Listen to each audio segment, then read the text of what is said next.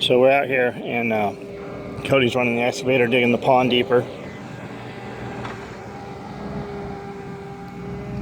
Can't really tell from that. It's about 16 feet deep to the base from where these grass line is here.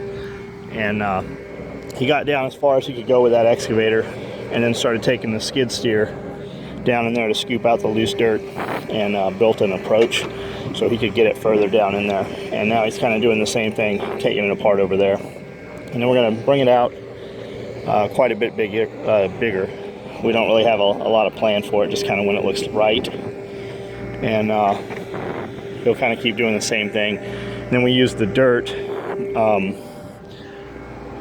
to build the face of the jump. And then he's got to smooth the backside out and sculpt it down here. And then kind of made the berm here bigger as well to retain the water seepage through there. We'll see how that works.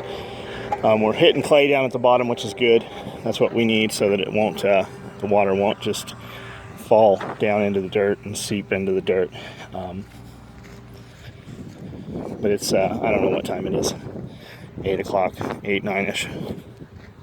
Maybe a little later. And I'm just running the four-wheeler in the back there with this lawn rake on, which is just pulling all these piles of leaves up.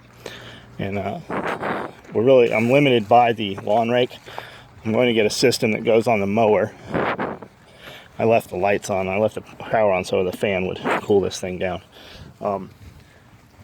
I wanted one.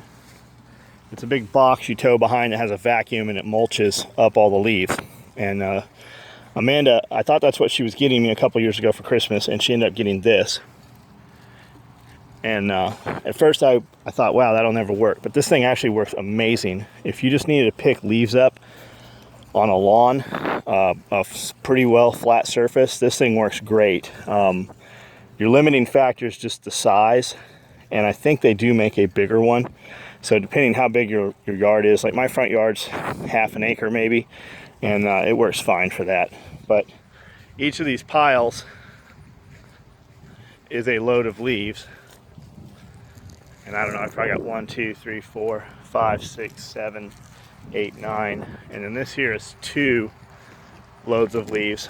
And I just took some and threw them to the goats, kind of fucking with them yesterday, and they gobbled them down. They love them.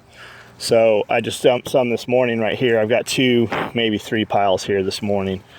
And the goats love that shit. We're putting it out here just to let it rot and compost down to build some soil. And we have a bunch of chipped woods over it, chipped trees. And really, I should have put the leaves and then the chips over it to layer it, because the wind will blow the leaves away. But it is what it is. I've got this big 660 Grizzly. I bought this before the razors, thinking we needed something to haul a trailer around for firewood and shit. And I bought this one in a 450 in a package deal at the same time. And it's worked great. Chad Hickey put the deal together for me, and I bought them from Eigner's dad. Same guy we bought the snake trailer from. And these things have worked awesome. They're fucking definitely workhorses. But it's an older bike, and it has no power steering. And you think, you don't need that shit. But when you were doing tight circles, just trying to rake the leaves, you get a bunch of arm pumps. So I tried to use the little 450, and it has a basket on the back. And this arm here is not long enough without changing the adapter out. So I'm back to the big one today. And it works fine. And when we need to move bags of concrete and shit around, or move a couple guys someplace, these things work awesome. When you don't want to get the big 4 razors out. But that's what we're doing for this morning. Amanda should be in a little while here. She's doing shopping for the lunches for the week. And then she'll come in and sort all the sale orders from the weekend and get them batched into the contest groups. And then we'll make lunch, then she'll be outside too.